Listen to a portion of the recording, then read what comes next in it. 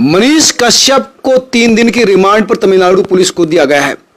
अब 3 दिन तमिलनाडु में रहकर इन्वेस्टिगेशन होगा। अब जो पता चल रहा है कि तमिलनाडु पुलिस बिहार आएगी और बिहार में भी इन्वेस्टिगेशन करेगी, अनुसंधान करेगी। पहले बिहार पुलिस ने अनुसंधान के नाम पर, इन्वेस्टिगेशन के नाम पर ईओडब्ल्यू ने रिमांड लिया। अब तमिलनाडु पुलिस तमिलनाडु लेकर गई, फिर बिहार इन्वेस्टिगेशन करेगा, उसके बाद बिहार पुलिस ले सकती है इन्वेस्टिगेशन ले। नहीं, ये इन्वेस्टिगेशन के नाम पर इस प्रोसेस को, यानी इस लड़के को किस तरह से इन्वॉल्व किया जा रहा है, किस तरह से इसको परेशान किया जा रहा है, अगर आप कहें तो वो समझा जा सकता है। चीज क्या थी, किस बात पर चीजें होनी चाहिए, तो उनको छोड़कर तमाम चीजें सामने आ रही है। और सबसे महत्वपूर्ण बात है कि जिन लोगों का फर्जी वीडियो का मामला था, जिन पर आरोप था कि इन लोगों ने फर्जी वीडियो बनाया है, उनकी तरफ से कोई स्टेटमेंट ही नहीं आया कि हाँ मनीष ने इस में कोई भूमिका निभाई थी या ना निभाई थी। तो ये समझ से परे की बात है। मेरे साथ बात करने के लिए सुप्रीम कोर्ट के senior advocate doctor AP Singh हैं।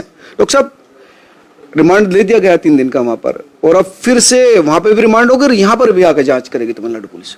नहीं, देखो, जांच करना तो उनका इन्वेस्टिगेशन ऑफिसर, इन्वेस्टिगेशन एजेंसी है, उनकी प्रायोरिटी, अधिकार है, उनकी पावर है, जांच तो करेगी। बिना जांच करे भी केस कैसे बनाएंगे, वो बात अलग है।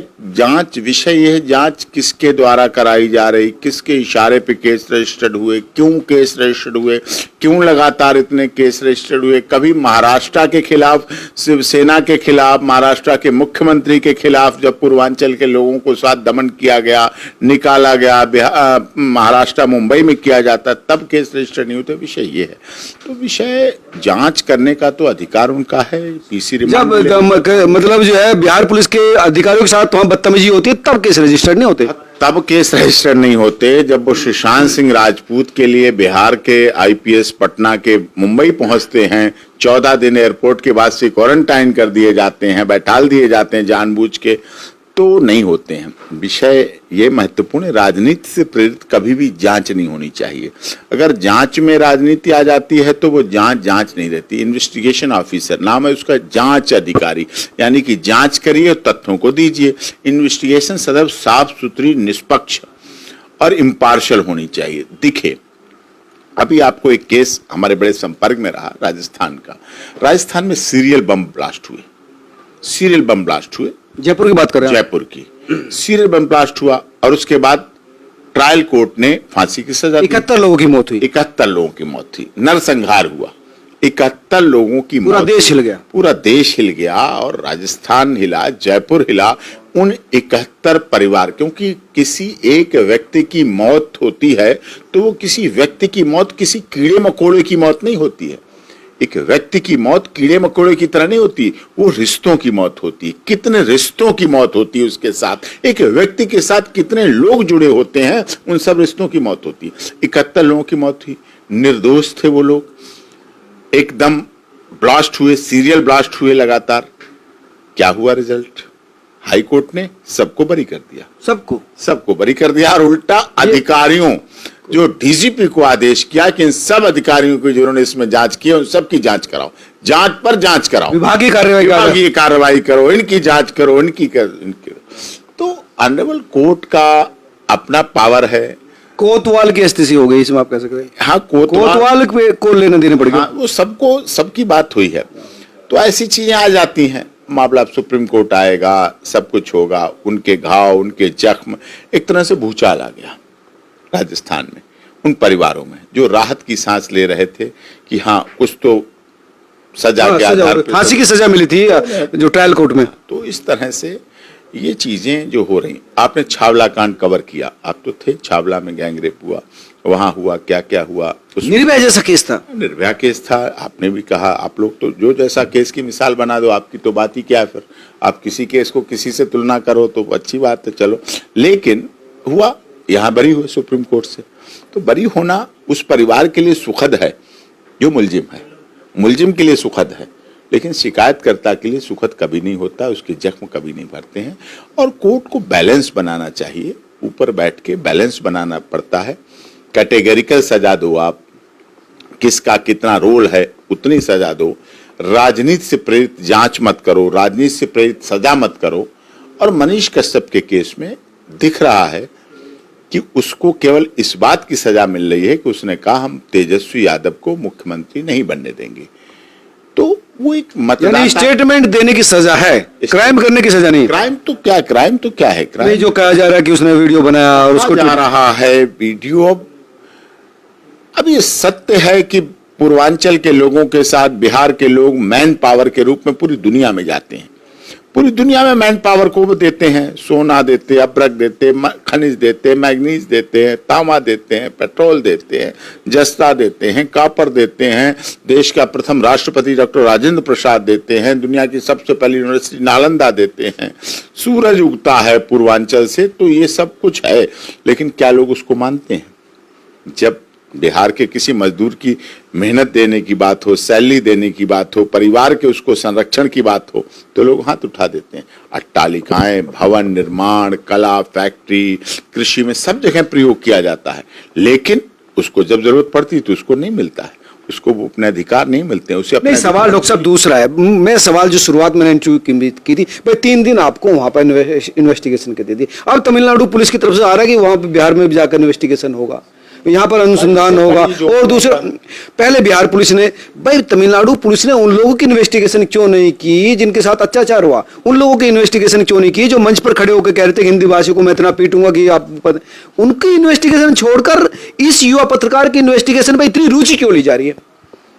वो इसलिए रुचि ली जा रही है क्योंकि वो एक ऐसा व्यक्ति बिहार का बन गया है जिसके लिए बिना किसी पार्टी, बिना किसी राजनीतिक एजेंडा के, बिना किसी मंच, माला और माइक के बिहार बंद हुआ। बिहार इन्वेस्टिगेशन होना चाहिए, लेकिन इन्वेस्टिगेशन के नाम पर उस व्यक्ति के लिए बिहार बंद हुआ। बिहार के पूरे जनपद बंद हुए, तहसील, गांव, जिला स्तर पर, मंडल स्तर पर, राजधानी स्तर पर लोगों ने अपने आप उसे बंद का समर्थन किया। जन आंदोलन बना।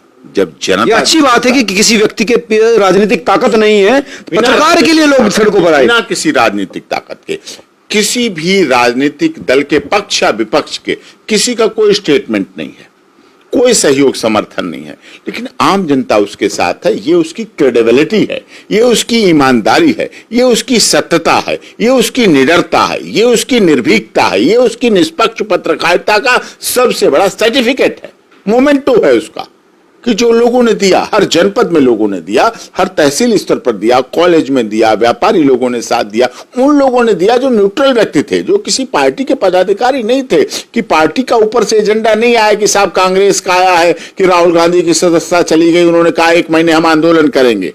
आम आदमी पार्टी का एजेंडा आया है कि जी हमारे मनीष सिसोदिया और सत्येंद्र जैन को गिरफ्तार कर लिया, हम आंदोलन करेंगे, हम घर घर जाएंगे। वो एक एजेंडे हो सकते हैं, उनका एक पार्टी का वोटर, कैडर वोटर है, वो हो सकता है, वो व्यवस्था का हिस्सा है उनका। इसका तो कोई व्यवस्था का कोई किसी व्यवस्था का कोई कैडर हिस्सा का नहीं, लेकिन व्यवस्था बनाती आम जनता है।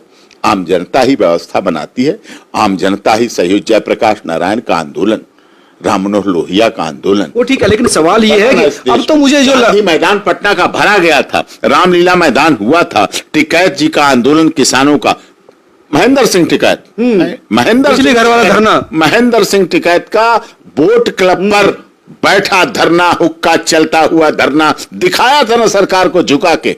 Mahendra Singh Tikait not highly qualified किसान था, देश के किसानों की बात करता था, लेकिन बोट क्लब पे बैठ गया तो किसान बैठ गया और सबने जाना। तो जनता की आवाज जब कोई ईमानदारी से, सत्यता से, निष्पक्षता से, निडरता से उठाता है, तो इस देश के लोगों का डीएनए अभी खत्म नहीं हुआ है। इस देश में ऐसा नहीं आप कह सकते कि नेताजी सुभाष चंद्र हुए थे। नेताजी सुभाष चंद्र बोस, चंद्रशेखर आजाद, रामप्रसाद बिस्मिल, रोशनका, इशफाकुल्ला खां हुए थे, सीता, सावित्री, गार्गी या पाला अनुसुईया हुई थी, लेकिन आज भी इस धरा और धरती पर ऐसे लोग मौजूद हैं जो फिर से क्रांतिकारी रूप भी रखने के लिए और अपने देश की आवाज को उठाने के लिए, पत्रकारिता को सुरक्षित करने के लिए, आईडी और कलम की ताकत को बनाने के लिए समर्पित है। लेकिन अब लग रहा है कि दोनों स्टेट की पुलिस ने अब ये मन बना लिया है कि अब जल्दी से इस लड़के को बाहर नहीं आने देना, मुझे जो लग रहा है मामला है। कोई बात नहीं, लीगल कार्रवाई, कानून के हाथ भी बहुत लंबे होते हैं, सुना है ना, कानून के हाथ बहुत लंबे होते हैं। जब और चीजें हो सकती हैं तो वो भी हो सकता है। लेकिन उसके खाते वाते भी बंद कर दिए, लीगल कैसे वो यूज करेगा, वकीलों को कैसे हायर करेगा या मूवमेंट पर कैसे लेगा, कि वो सारी चीजें खाते वाते भी बंद हो गए उसके। कोई बात नहीं, जिसके खाते बंद हो जाते हैं वो क्या जीता नहीं है।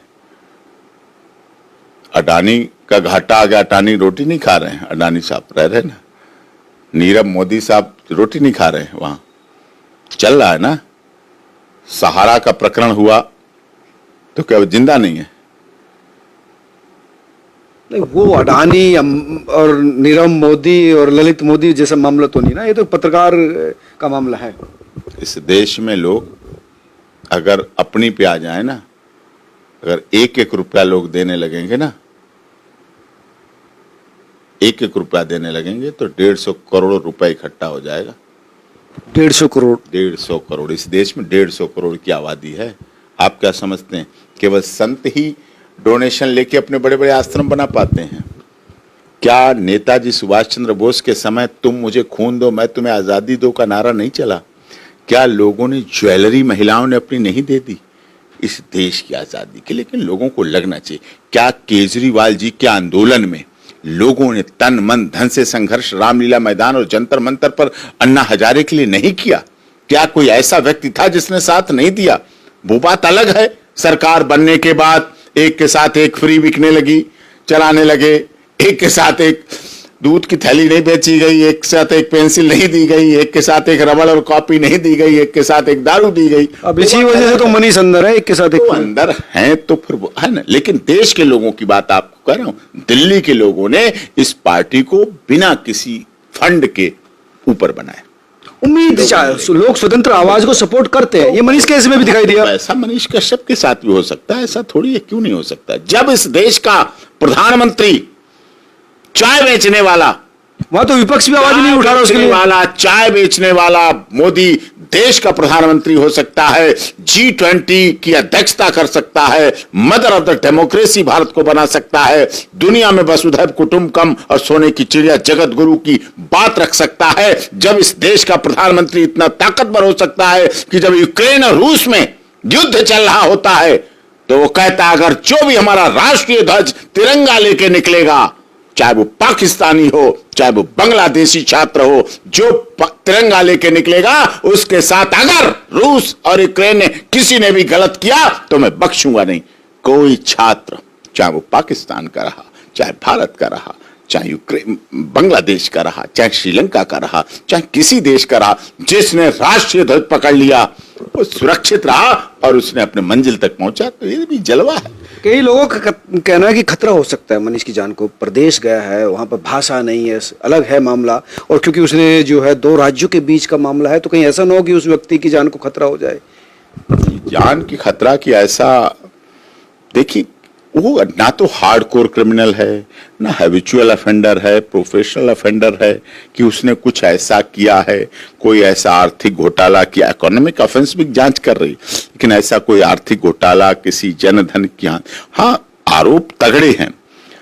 कम्युनल हार्मनी को खत्म करना, डिस्टर्ब करना बहुत बड़ा अपराध है, लेकिन हमने देखा है आरोप लगाती है पुलिस। हरियाणा का ही आप ले, संत रामपाल दास जी वाला मामला, कितने हजारों लोगों पे देशद्रोह का केस लगा दिया था। पाकिस्तान के लाहौर कोर्ट ने देशद्रोह का कानून खत्म कर दिया। 7 केस परिक्राए पाकिस्तान में राष्ट्रद्रोह का कानून खत्म कर दिया लाहौर हाई कोर्ट ने। दुनिया में बहुत से खत्म कर चुके हैं, यहाँ पर भी सुप्रीम कोर्ट कई बार टिप्पणी कर चुके हैं। सुप्रीम कोर्ट टिप्पणी कर चुका है। राजनीतिक दल, सत्ता में बैठे हुए राजनीतिक दल अपने अपने हिसाब से देशद्रोह के कानून, राजद्रोह के कानून का दुरुपयोग करते हैं, ऐसा आरोप है। अंग्रेजों ने लाए थे ना अपने, अंग्रेज सत्ता के लिए लाए उन्होंने।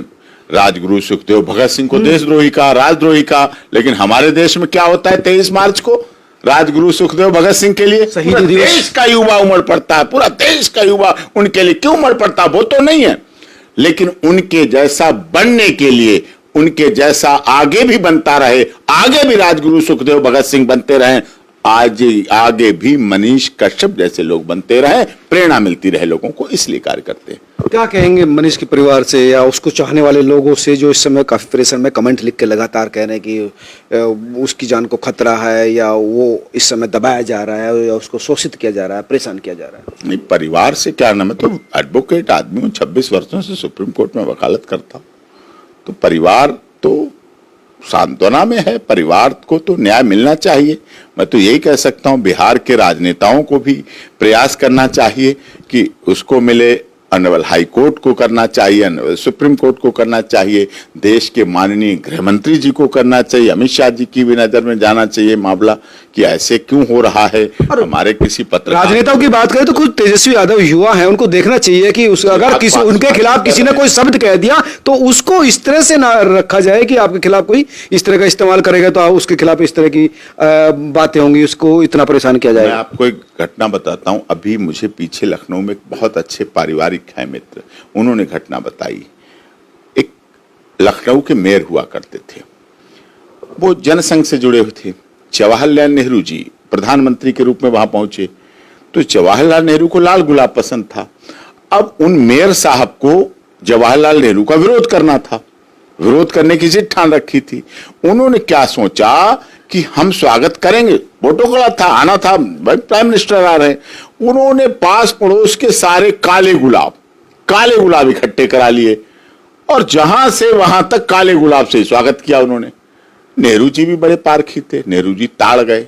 मैं वो ताड़ना नहीं कह रहा हूं जो रामचंद्र मानस में कहा जाता है ताड़न के अधिकारी, ताड़ गए। ताड़ना वहां भी नहीं है, ये लोग गलत परख गए। ताड़ना मतलब परख लो, जांच कर लो, समझ में आ गया उनका, समझ लो, जैसे डॉक्टर डायग्नोज करता है और वो करता है। ताड़ लिया तो वो ताड़ ले, नेहरू ताड़ गए कि है कुछ चक्कर, सब जगह काला गुलाब काला गुलाब काला गुलाब। तो ठीक है, बात खत्म हो गई, कुछ नहीं कहा ना उन्होंने कहा ना उन्होंने कहा, वो अपने संतुष्ट हो गए, वो अपने संकेतों में बात हो गई। हाँ, बात संकेतों में बात हो गई, वापस आ गए, दिल्ली आ गए। दिल्ली के बाद एक लिस्ट बनी विदेशों में भारत के प्रतिनिधि की जाने की, 5 देशों में जाने का अवसर था। नेहरू जी ने उन मेयर साहब का नाम, विरोधी थे लेकिन अपने उसमें लिखवा दिया कि ये जाएंगे, ये भी जाएंगे उस प्रतिनिधिमंडल में। वो चकरा गए कि हमारे साथ ऐसा क्यों, मैं तो विरोध किया, मेरी तो अपने लोगों को आदमी भेजता है बाहर सरकारी खर्चे पे कुछ। वो आए, दिल्ली आए, उन्होंने प्रधानमंत्री से मिलने का प्रयास किया, नहीं टाइम मिला, टाइम था बाहर फ्लाइट जानी थी, चले गए बाहर। महीने बाद बाहर से घूम के आए, इंडिया आए, इंडिया में आके फिर वो दिल्ली आ गए। फिर उन्होंने कहा नहीं अब तो हम इतना घूम के आए हैं और अब तो मैं मिलूंगा। नेहरू जी समझ गए, नेहरू जी ने टाइम दे दिया कि ठीक है बुलाओ मिलने के लिए। उन्होंने सीधे कहा कि मैंने तो आपका लखनऊ में विरोध किया था और आपने हमें क्यों ऐसा भेजा, इतनी सुख सुविधाएं और सब कुछ करवाया। कि मैं समझ गया था कि जो व्यक्ति हमारे विरोध के लिए इलाके भर से काले गुलाब इकट्ठे करा सकता है, सोचिए आप क्या ताड़ा उन्होंने कि जो काले गुलाब इकट्ठे करा, काले गुलाब मिलना आज भी उस समय काले गुलाब मिलना। आज तो बहुत वैरायटी आ गई, नर्सिंग खुल गई हैं, हॉर्टिकल्चर बहुत विकसित हो चुका है, जेनेटिकली मॉडिफाइड हो गए, मॉडिफाइड सब हो गया, बहुत प्रोग्रामों में भी। लेकिन उस समय मैं समझ गया जो व्यक्ति इतने काले गुलाब इकट्ठे करा सकता है मेरे प्रोग्राम के लिए, विरोध के लिए, अपना व्यक्तिगत विरोध करने के लिए, वो विदेश में जाके पता नहीं भारत के लिए क्या क्या चीज इकट्ठी कर लाएगा, क्या चीज ढूंढ लाएगा जो हमारे देश के लिए हित है। और मैं आपसे चर्चा करने बैठा हूं कि आपने क्या क्या शिक्षा के क्षेत्र में देखा, कृषि के क्षेत्र में देखा, सब उन्होंने पूछ लिया। तो विरोध ये होता है। तेजस्वी यादव, राजनेताओं को, तेजस्वी यादव उस पिता के पुत्र हैं जिसने बेटी का जन्म, बहन का, तेजस्वी यादव की बहन मीसा का जन्म maintenance internal security act jail में हुआ था। तो ऐसे व्यक्ति के पुत्र होने के नाते उन्हें इस दर्द को समझना चाहिए कि हम उस आंदोलन के निकले हुए पिता के पुत्र हैं और हम इन चीजों को दोहराए ना, हम इन चीजों को करें ना। लोकतंत्र है, बात करने का अधिकार है, मिलने का अधिकार है, अपनी बात करने का अधिकार है, विरोध करने का अधिकार है, ये सब चीज है, उसको इस तरह से लेना चाहिए। क्या धुर विरोधी लोग चुनाव में नहीं लड़ते, एक दूसरे के चुनाव भी लड़ते हैं, लेकिन ऐसा तो नहीं उन पर केसों की लाइन लगा दी जाए। ये लोकतंत्र नहीं है, ये अच्छी राजनीति का चेहरा नहीं है। एक तेजस्वी यादव को अगर बिहार का मुख्यमंत्री बनने की इच्छा है, लालसा है, सपना सबकी होती है, होना चाहिए। उनके पिता रहे हैं उनकी माता रही है, उन्हें तो विरासत में उनकी, जिसकी मां भी रही मुख्यमंत्री, पिता मुख्यमंत्री रहा है, रेल मंत्री रहे हैं, तो कोई बड़ी बात नहीं उनके लिए मुख्यमंत्री और डिप्टी सीएम बनना। मेहनती हैं, मेहनत करते हैं, युवाओं में हैं, कार्य करते हैं, पार्टी चला रहे हैं। चारा घोटाले के बड़े आरोपों से बिहार को जंगल राज से हटाने बचाने के लिए काम किया है, काम कर रहा है, अच्छी बात।